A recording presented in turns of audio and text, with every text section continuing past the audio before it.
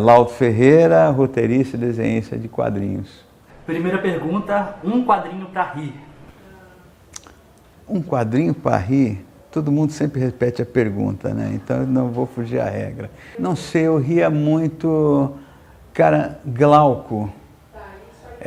Eu não sou um leitor assim de quadrinho. Eu ria muito com o Glauco. Eu conheci o Glauco depois, mas eu ria muito com aquela coisa do Geraldão Peladão, aquele pinto duro que ele desenhava. Aquilo eu ria muito, não era nem pelo quadrinho, eu ria de tudo ali, o Glauco do Geraldão. Um quadrinho para chorar. Cara, Três Sombras, do Círio Pedrosa. Há uma série de... O Will Eisner comentava que... Existe um comentário dele falando que uma das grandes frustrações dele, não sei se é bem isso, como é que se diz? Ele não conseguir fazer emocionar com quadrinho, mas é uma modéstia dele, porque tem obras dele que são muito bonitas. Mas os Três Sombras, além de ter um desenho muito lindo, eu li numa viagem que eu estava fazendo para o interior, para um evento, e é uma viagem longa. E eu li o livro, que ele é grosso, eu li na viagem. E isso conversando depois com outras pessoas, o Marcelo Campos, o Sidão, a gente meio que chegou nessa... Não sei se é porque a gente é pai e pega muito nisso, porque, sem dar spoiler, né? É a mãe que é a criança que vai morrer lá e o pai que vai fazer uma última experiência de vida com o filho. Aquilo me tocou muito, cara. Eu acabei de ler embargado ali, eu lembro de ter um cara sentado do meu lado do ônibus, eu virar minha cara pro vidro assim, engolir seco, senão o cara ia me ver debulhando ali. Então, Três Sombras, é lindo esse vídeo, muito bonito. Se você pudesse indicar um quadrinho nacional, qual seria? Putz, que sacanagem. Não sendo os meus, que é muito ego, mas eu vou dar uma dica de um quadrinho base. Eu acho que é mais interessante. E vou explicar por quê rapidamente, que é assim, qualquer obra do Enfield. Por que eu fui lá para trás? Porque eu li Enfield nos anos 70, final dos anos 70, e o Enfield, ele tinha uma coisa que, eu não sou cartunista, mas na leitura do Enfield, ele meio que me preparou para ler um monte de coisas que veio depois. Chiclete com Banana, Laerte, Angeli, uma série de coisas. Porque existia um tom de liberdade na obra do Enfield, tanto no traço solto como na ideologia dele. Ele era muito visceral, aquilo foi muito marcante para mim, mesmo não entendendo 100% aquilo que ele estava lendo, porque eu era muito novo, eu tinha, sei lá, 13, 14 anos de idade. Mas ele me passava sensações muito fortes, inclusive eróticas, até que tinha eu lembro de um gibi do Fradim, que tinha o Fradinho com um pé feminino, super bem desenhado pelo Enfield. Eu lembro daquilo me mexer com a minha libido.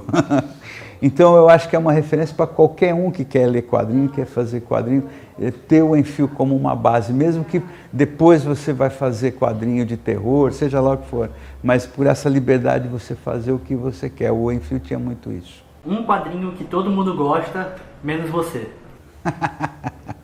Isso aí eu vendo outras coisas que você faz, eu até cheguei a pensar. Olha, tem algumas coisas que eu vou dar dois, vou estar sobrando, que não é que é ruim, é que eu nunca li. Eu nunca me interessei em ler, cara, mas não é por achar uma porcaria, não é isso. São duas coisas, é Calvin Haroldo. Essa o cara que vai me cruzar na rua, vai me amarrar num poste e tocar fogo. Mas eu nunca li, eu nunca me interessei em ler, nunca li. Nunca li, acho do caramba a arte o que permeia, eu sei o que permeia lá, mas eu nunca me interessei em ler e nunca li Disney, cara. Nunca li Disney. Eu li, depois de velho, eu não li, eu vi como objeto de estudo os desenhistas italianos.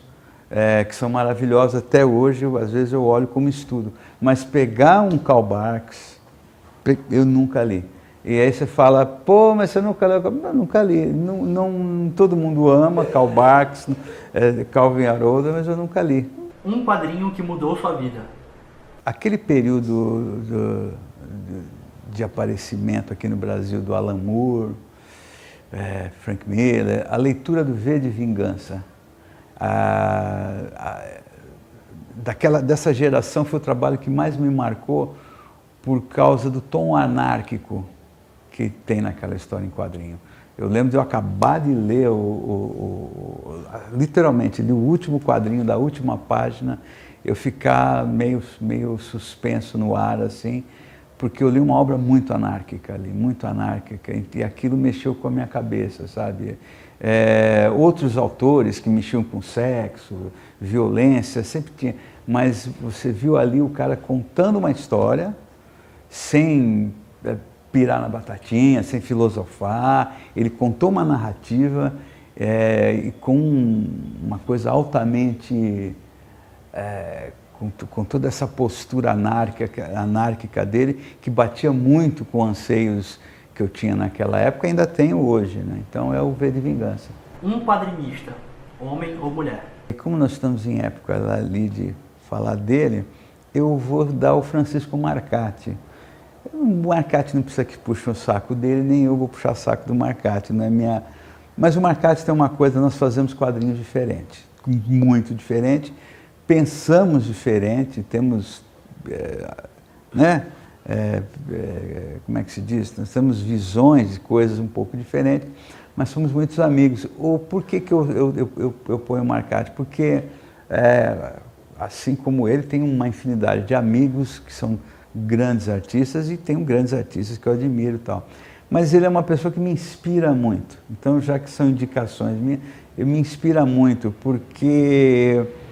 E aí que está o segredo, porque mesmo fazendo um trabalho totalmente diferente do que eu faço, ele me inspira pela força de vontade, pelo talento, pela garra, pela postura como pessoa, como postura como artista, pulou ou abandonou ou nem deixou se infectar por uma série de vícios bobos que vêm pelo caminho e que acaba às vezes maculando aí alguns, né? Ele não, ele segue no caminho dele, então ele é um exemplo, é uma pessoa que me inspira.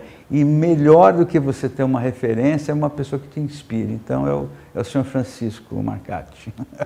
Para encerrar, uma indicação de quadrinho, livre. Tá aí, eu vou dar um exemplo, eu não pensei muito, eu vou dar um exemplo, também é um autor que eu gosto muito, é muito querido, que é o São Paulo dos Mortos, do Daniel Esteves. Por quê?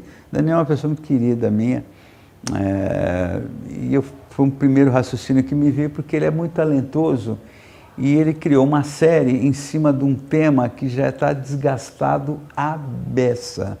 Ele mesmo me chamou para participar do primeiro volume, eu participei, não queria, porque eu falei, cara, esse negócio de zumbi já deu, e putz, já deu, não sei o quê.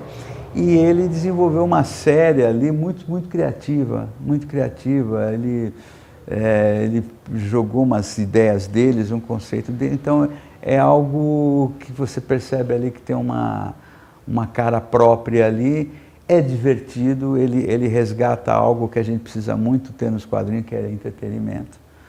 E ele faz as críticas dele e ele brinca com um tema desgastado, dando um ar novo. Então, São Paulo dos Mortos, do Daniel Esteves.